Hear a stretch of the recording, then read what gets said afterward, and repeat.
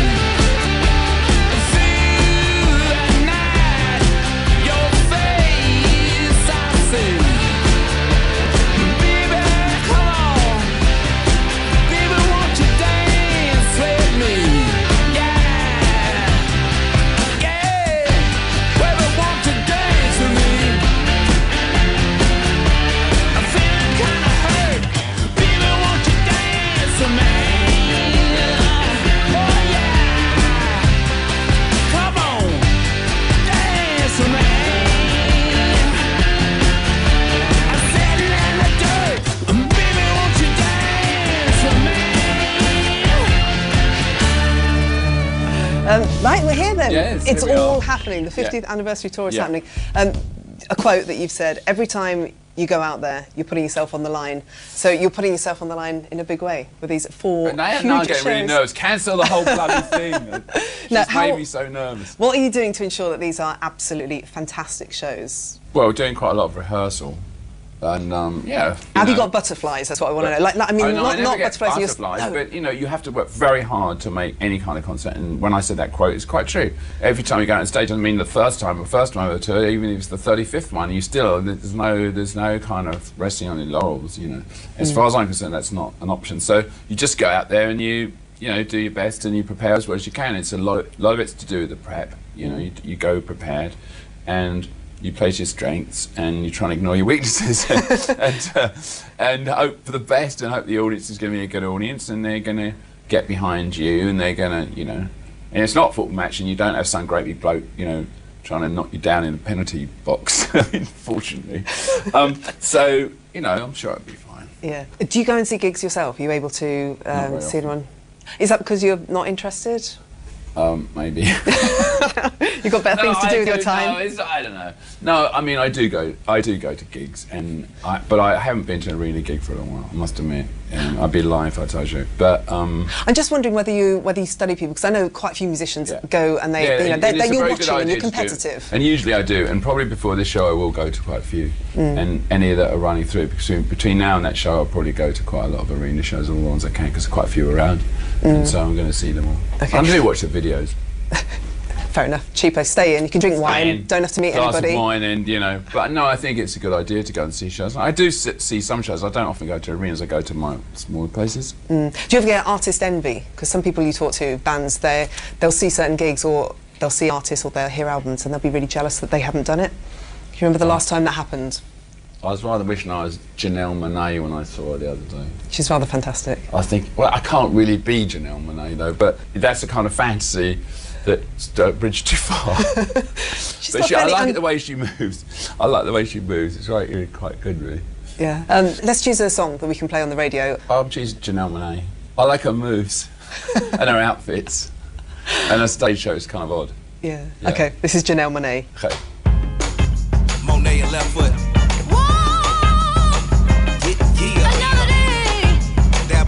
I take your pain away.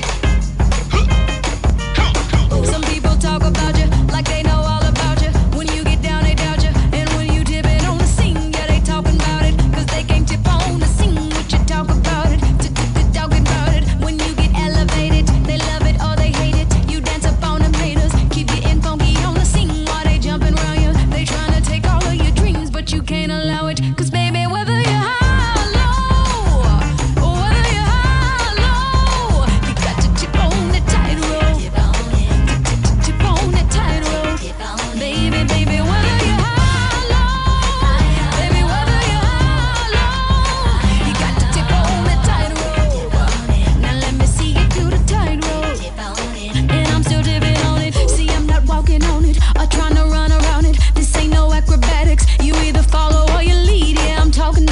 I'll keep on blaming the machine. Yeah, I'm talking about it, talking about it. I can't complain about it. I gotta keep my balance and just keep dancing on it. We getting funky on the scene, and you know about it. Like a star on the screen, watch me tip all on it. Then baby, whether I'm high or low, baby, whether you're high or low, you got to tip on the tightrope.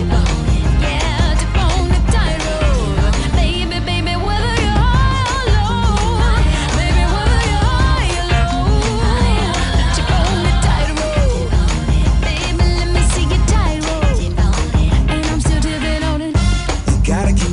so you fall into the gap. It's a challenge, but I manage, cause I'm cautious with the strap. Do damage to your cabbage that a doctor cannot pass. See why you don't want no friction like the back of a matchbook. That if SS will fold you and your MacBook. Close shows shut you down before we go backwards. Act up, and whether we high or low, we gonna get back up like the Dow Jones or NASDAQ. Sort of like a man and they wanna crack, come on. I tip on alligators and little rattlesnakers, but I'm another flavor, something like a Terminator. Ain't no equivocating, I fight for what I believe. Why you talking about it? Just talking about it. Some calling me a sinner, some calling me a winner. I'm calling you to dinner, and you know exactly what I mean. Yeah, I'm talking about you.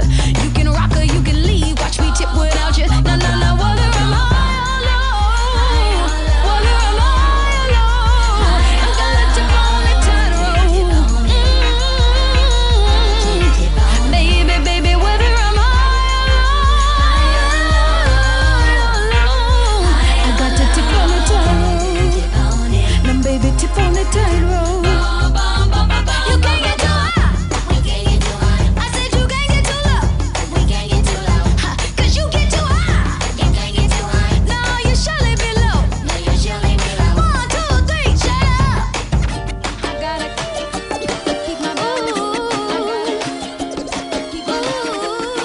That was Janelle Monáe, choice of Mick Jagger, who I'm talking to at this moment in time. I mean, you've got kids who range in ages. Very big, yeah. Very big, yeah. Yeah. Do you get to hear about new artists through them? Sometimes.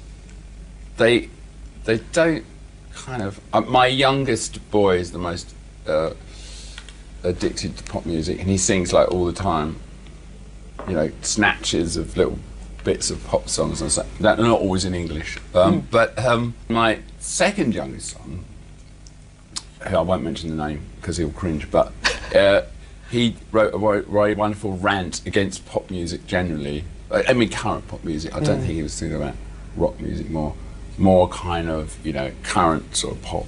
So he was asked to do at school a rant about anything, against anything he wanted, and he chose pop music, and it's very, very funny, and you have to stand up in class and rant, and it was all about girls with not much on, and, you know, ridiculous lyrics that are just repeated endlessly, and electronic setups. He was very kind of analytical. It was about the 30-second electronic setup, and then it's very funny. It was a bit aimed at Rihanna more, you know what I mean? So it was, but it was very, very funny. So I've got one younger son who's, I don't think, very keen, and the other one adores it. So yeah. So did he get the kind of his view on pop music from yourself, or is it just coming from him? It's from him.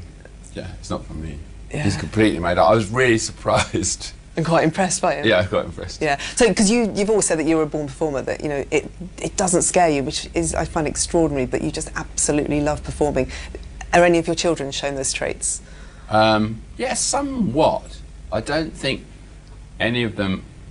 Well, my eldest son, James, hi James, is back in England, so maybe he'll hear this, is in a band called Turbogeist, which I don't want to kind of put it in a sort of niche, but if it was pushed to put it in a niche, is thrash metal with an English sense of humour. But it's a good band. Yeah. He's just come back from touring on the West Coast, so that's my only child that's actually on stage. Yeah. Do you buy records in record shops these days? No, I do not buy records in record shops, unless there is a very good record shop now called Amoeba, which has all the latest records as a record, as a vinyl, as a whatever. Yeah. But no, I mean, I buy things online, really. I mean, so do you ever since it started, you know, ever since online started. Do you love technology? Are you? I love technology. Well, I mean, I've been very, you know, as part of being in a band, starting to record, it's like a lot of technology in a recording studio from a very early age. Like, so I was always interested in technology. So it's a kind of, technology is surrounding you when you're playing in a band. I mean, you know, it's just all there, and it's just expanded and got more part of your life. I mean, I sort of embrace technology, and from the very beginning I was very lucky. I had a lot of people around me who were into technology when it first started happening, when the internet was, you know, a baby. And so I was very lucky to be shown around the internet when it didn't really work. It was a very frustrating experience because it was all on phone lines. I don't know if any of you remember that, but it was all on phone lines, and sometimes the phone lines didn't work, and so to download a picture it took forever. And so I started with that sort of, you know, quite a long time ago. I do remember people conversations were going on. What is this thing called the internet? Is it going to work? Where's it going to take us? And you know, and Steve Jobs was the first person that gave me a computer, and it was Apple Mac, and I still got it. It doesn't really work, but I had it updated. I said it's a museum, and he was like going around New York, going to famous people's houses and giving them an Apple Mac, so that they kind of, you know, would get involved in it, because there was nothing much to do with it, because the language was DOS, and it was like impossibly difficult to do anything with, and you couldn't send it to anyone. You had to put it on floppies. Do you remember them? Yeah. And then you could give it to your mates. Look what I've done at home, and then you give it to them, and they would put their hard drive or floppy drive or whatever it was. And it was a bit, really, to be honest, pretty useless and very time-consuming. Yeah. What kind of a father are you with your children? I'm just interested. Father. No, because your dad was famously quite a disciplinarian and quite strict with you, I think, and also was very keen about educating you. Yeah, I mean, but all fathers were strict then. You know, I mean, he wasn't the strictest father. I had friends whose fathers were far worse. But are you like that with your own children? Are you quite strict, and do you like them to kind of, you know, keep the rooms tidy, and do you want them to experience things around the world? Yeah. Yeah. Well, I think the thing is about children is just teaching them how to be independent and look after themselves. You know, and that that's the challenge. That's what the whole idea of it is, that they're helpless at the beginning, and then as they go on and they learn to feed themselves even, and then you know, they got to learn to be independent. So then it's hard sort of letting go as a parent of that, and that's one of the problems of actually the parent's problem, you know, is letting go of the child to some extent. But did you struggle with that with the? No, not really. But it is one of the. Obviously, you did, because you wouldn't have said that. No, the thing is though, it is a problem more from oftentimes for a mother than it is for. Depends for a father sometimes. And it can be obviously a problem for a father too. But it is about eventually, you know, teaching children to be completely independent. But then, you know, it's nice to have those ties so they can rely on each other, and they can always, you know, rely on me, and I can hopefully rely on them. What kind of things do you do with them? Do you go? Different. Do you have adventures? Who they are. Yeah. But with the boys, everyone's, you know, they like going on trips and adventures and you like that as well. Things. Yeah, I like that too. Go to funny, you know, hikes or the World Cup or whatever, you know. So it's good fun. Yeah. Okay. Mick, thank you very much indeed for talking to us. It's Lovely been a pleasure. to talk to you too. From the first broadcasts of music on the radio to the music radio stations of today, You just won $3,000. Paul Gambaccini continues his series telling the story of music radio on both sides of the Atlantic. It's the Martin Block Show from New York, recorded and transcribed with your favorite bands and singers and songs old and new. The American cultural commentator Walter Winchell tried to describe what it was that Martin Block actually did.